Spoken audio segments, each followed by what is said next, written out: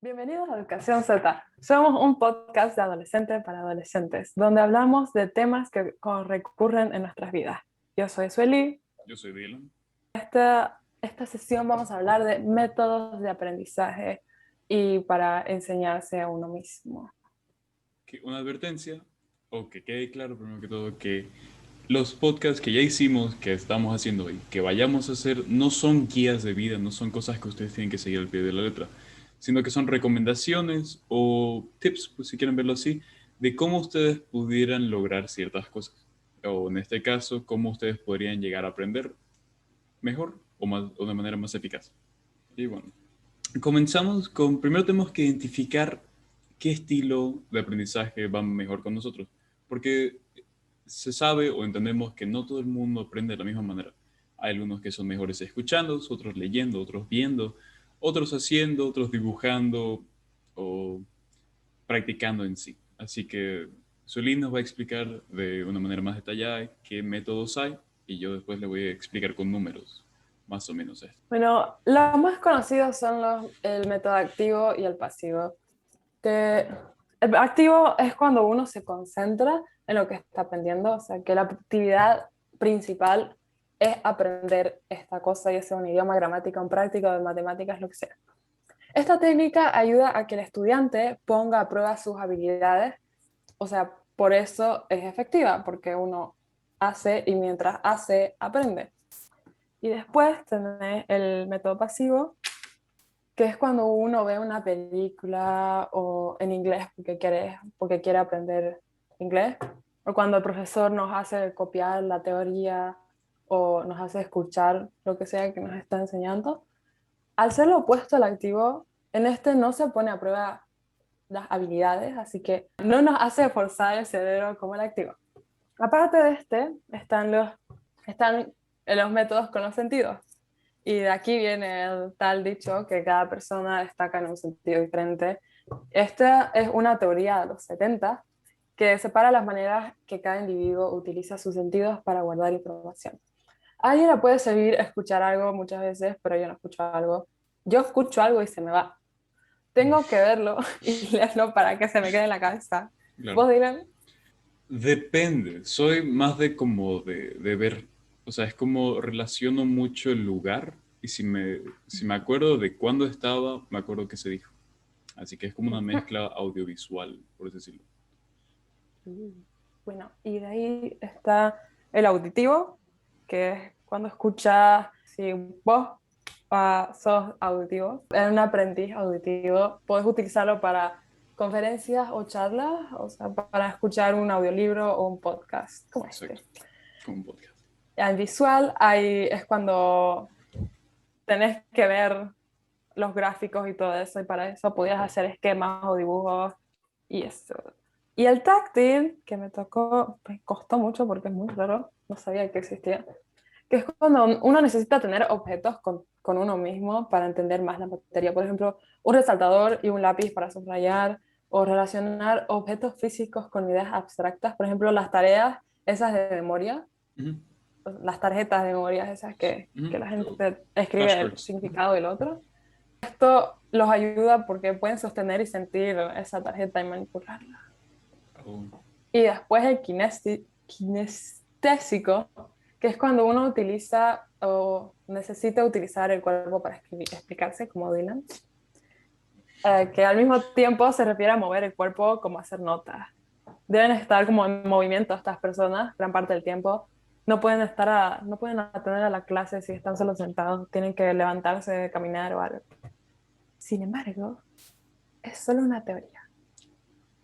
Todo esto es solo una teoría. o sea, de los 70 dijiste, ¿no? Yo te digo con el kinestésico, yo te juro, creo que sí soy parte de eso, o por lo menos es mi método, Sí. mi estilo de O sea, que aprendizaje. todo el mundo tiene de todo. O sea, ¿y vos cuál sos principalmente? ¿Cuál crees que sos? Yo soy táctil, visual y kinestésico. O sea, que sos de las que, o sea, es agarrando algo mientras que mira y no estar quieta. Ujú. Yo creo que soy casi 100%, es que es de todo un poco, pero más que todo siempre estoy haciendo algo. Nunca Ujú. estoy muy quieto. Siempre, como vos dijiste, tengo que estar moviéndome. Yo hablo mucho con las manos, hablo mucho Ajá. con el cuerpo. Me muevo como estúpido cada vez que intento aprender en todo caso. O estoy mordiendo algo, estoy O cuando haces detallando presentaciones. también. Eso Parece es. que te está gritando y tratando cuando haces presentaciones. Pero bueno. Bueno, o sea, digamos que sí. Pero bueno, hablando de esto, de estos estilos, hay un señor que hizo un esquema con porcentajes de cómo una persona llega a aprender más. Y bueno, la pirámide es desde más arriba o sea, de arriba es el con menor porcentaje hasta abajo. Bueno, en primer lugar tenemos escuchando, o sea, el primer piso, el que el señor dice que escuchando no aprende solo el 5%, y eso vos igual ya lo explicaste. Después viene leyendo con 10%, viendo con 20%, una combinación de estos hace un 30%, hace una suma.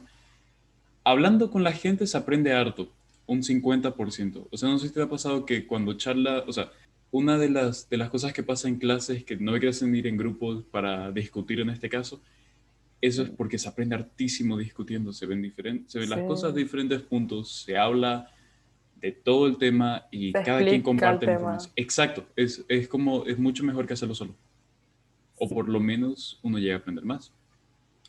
Y luego de eso es haciendo, como dijiste, o sea, la práctica es como bueno, en este caso el penúltimo, en práctica uno llega a aprender hasta el 75%. Y por último, enseñando a los demás es el 90%, o sea, es un aprendizaje en 90%. Yo, en mi caso, he ayudado varias veces a compañeros, venían a mi casa, yo les enseñaba matemática, química, biología, y la cosa es, no solo ellos aprenden, sino que uno tiene que ponerse en percepción de cómo hacer, tienes que pensar cómo llegaría la otra persona a entenderlo, porque tengo que adecuarme a su comodidad, tengo que adecuarme a cómo ellos aprenden, si son más visuales, acordándose de las cosas que escucharon, haciendo, escribiéndolas o haciendo esquemas o lo que sea. Así que ahí uno aprende hartísimo. Y bueno, pasando a eso, creo que esta sabes más que yo. ¿Cuáles son las mejores formas de evitar aprender mal, por así decirlo? O sea, ¿cuáles son los métodos que uno debería evitar? O por lo menos, ¿cuáles son los métodos en los que uno no aprende tan eficazmente? Bueno, esto lo vi en un video hace poco. Porque era una chica que hablaba de que se había enseñado allá misma en la universidad por online clases y todo eso, ¿verdad? Y hablaba que estas cosas no se deberían hacer. Y las tres que son es releer, tomar notas y llenar espacio. ¿Por qué? Bueno, porque en la mayoría de las cosas en releer solo volvés a... Es como si quieres leer, releer algo, volver a releer un libro. Porque si lees un libro del colegio, no solo lo vas a estar leyendo como si estuvieras leyendo, no sé, Harry Potter. No vas a pensar analíticamente y vas a decir, ah, esto se me va a quedar en el cerebro. Porque no siempre vas a poder sacar mucha información del mismo texto que no entendiste desde la primera vez. Claro, Y cabe resaltar que aprender y practicar no son lo mismo. Porque si podés aprender leyéndolo, pero si quieres poner la prueba de lo que acabas de aprender, no puedes poner la prueba volviendo a leer. claro. Tomar notas es como lo anterior, aunque te va a ayudar a que tu mente se memorice la manera en la que tu mano escribe cualquier significado que estás intentando aprender, no va a hacer que tu mente lo entienda y que pueda explicar en sí el contexto en tus propias palabras. Eso igual tengo una cosa que decir. Nosotros tenemos una clase hace un par de años, hace unos 3 años, donde el profesor daba dos clases teóricas en todo el bimestre y básicamente teníamos que hacer apuntes de esta. Y era muy difícil, el de música sobre todo, o sea, bueno, en específico. Era muy difícil aprender porque, como vos decís, no entendés el contexto. Y era como que solo entendés Ujú, datos por datos por datos, pero no entendés de dónde viene todo esto. Así que creo que sí, te referís a que no, se nos pasa más información de la que agarramos, ¿no? sí. Ok. Y por último es la de llenar el espacio. Es de esos textos que dice una definición de una palabra y al medio de la definición de la palabra hay un texto en blanco y tenés que rellenarlo. Es igual que los otros, solo te aprendes toda esa oración y no la entendés. Entonces, Ok. Dylan, ¿cómo podríamos practicar? Bueno, primero que todo, se le iba a explicar o sea, son ya mucho más concisos lo que iba a explicar, pero yo voy a dar más que todo opciones para la gente que de los diferentes estilos que hay. Entonces, por ejemplo, para la gente que es mucho de escribir y leer, o sea, que sus estilos de aprendizaje predominantes son escribiendo y leyendo, es como se puede hacer los apuntes, pero no cuando uno está escuchando y todo eso, sino de un texto en el cual uno puede analizar, no como, no, o sea, tomando en cuenta todo lo que dijo Shelly, se puede hacer un mix de esto. Es el problema con hacer apuntes en vivo, a eso es lo más peligroso, se nos pasan muchas cosas. Así que, por Sí. ejemplo, yo me refiero a hacer apuntes de un texto ya escrito, algo que uno puede releer, pero obviamente tomando en cuenta todo lo que vos estás diciendo, sino Ujú. de una forma analítica, no como si estuvieras leyendo un libro o alguna historia. Después, para la gente que es gráfica, que es bien visual, son muy buenas las ideas de brainstorming haciendo mapas conceptuales o mapas mentales, mind maps, se llama, en el cual, por ejemplo, Kaggle, que es una aplicación, es súper útil porque es bien dinámica y se puede hacer cosas muy bonitas en el cual uno llega a aprender y tiene puntos importantes y no son textos, sino es información exacta. Después, algo que vos dijiste al comienzo son las fichas de estudio, o sea, los flashcards, que un ejemplo, una aplicación de esta es Quizlet, que es como es difícil de ponerlo en uno de los estilos, o sea, tipo para agarrar y decir, esta va bien para los visuales y todo eso. Es más que todo para darle dinamismo al cerebro, porque es sí o no, sí o no, sí o no, o esto es esto, esto es esto. Y por último, para la gente que es práctica, para la gente que es del hacer, que hablando del esquema de Edgar Dale, es los que aprenden al 75% escribiendo, es haciendo prácticas matemáticas, hacer ejercicios de esto, hacer oraciones de esto, hacer textos de práctica para el lenguaje, o sea, todo eso. Pero me interesan mucho los que vos describiste, o sea, solo iba a hablar de dos o sea, formas de practicar. Uno que me interesó mucho hace mucho tiempo, que se llama Retrieval Practice, que en internet sería, en español, sería práctica de recuperación. Esta es una página de internet, o sea, si quieren saber, ahí les voy a dejar el link. Y es como dije, una página de internet que te sale todo, te sale qué significa esto, qué significa la práctica que te hace y también te da PDFs en diferentes idiomas de una explicación completa de cómo se hace esto. Esto, Retrieval Practice, es un método que te fuerza a sacar la información y examinar lo que sabes, como dice la palabra retrieval, que significa no solo recuperación, sino también retiro de su información y su envío como salida de usuario. Entonces, en esta página de internet uno puede ver este PDF, que solo son 12 páginas, poco, y también hay otro PDF que te explica de cómo pudieras aprender matemáticas con esta técnica, pero está en inglés. Así que sería traducir toda la página entera. Sí, pero eso es complicado. Ujú. No usen Google Translator o traductor de Google para agarrar un texto, copiarlo y después copiar la traducción en español, porque no. Son traducciones directas, no son traducciones de contexto. Sí, No, eso sí. porque hay en alemán, por ejemplo, que es nuestro caso del colegio, el idioma tiene tantas palabras para describir diferentes cosas, pero Ujú. el contexto cambia con uno de los diferentes sinónimos. Así que Google Translator o el traductor de Google no es la mejor opción para eso. Si Sí. tienen alguien que hable inglés, ahí sí. Pero bueno, ¿qué otra queda? Otro que lo encontré buscando una página de métodos de estudio, creo que sí se dice. Este SQ3R Method, Ok.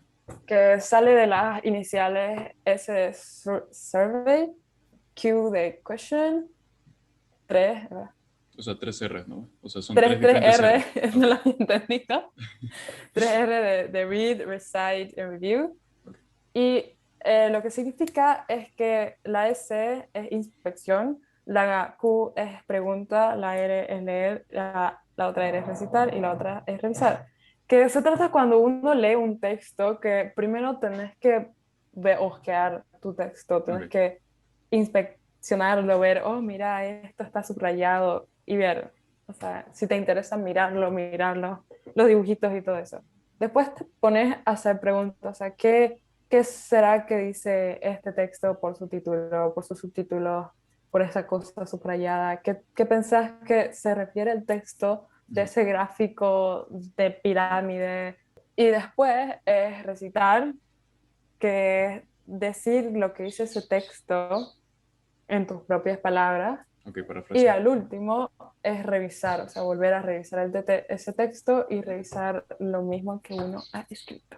Entonces es como que uno agarra, hace una observación superficial del texto para ver más o menos de qué trata y qué se puede resaltar a simple vista. Después básicamente cuestionar el texto, o sea, ver qué preguntas responde, parafrasear este y comparar nuestro parafraseo con el texto ya, el original, para ver si sacamos bien la información o no.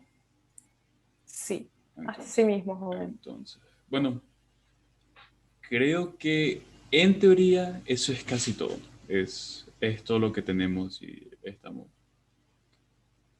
bastante bien. Pero, Pero, pero, y lo de crear hábitos de estudio, ok, eso es dale. otra técnica muy buena, ¿En qué consiste? porque no siempre uno se puede apoyar con la motivación para estudiar y todo esto, porque es bien volátil la motivación en la adolescencia, Es verdad, sinceramente. eso es verdad. Así que lo mejor que uno puede hacer es hacer un hábito de estudio.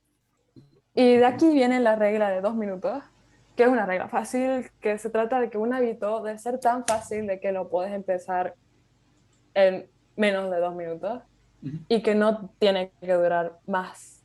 No tiene que durar menos de dos de dos minutos. minutos. Ok, Y también para eso hay que buscar un lugar, así tu mente lo asocia y siempre que ves ese lugar quieres estudiar. ok. Oh, eso está bueno. Y eso ha sido todo. Eso es verdad. Y bueno, como siempre decimos, en todo caso que tengan más dudas al respecto o si dan recomendaciones sobre el podcast o necesitan información de algo que ya hayamos dicho acá o expresado, comentarios, por favor. Necesitamos ahí, siempre queremos Sí. responder todo. Y bueno, creo que eso fue todo. Un gusto. Ya se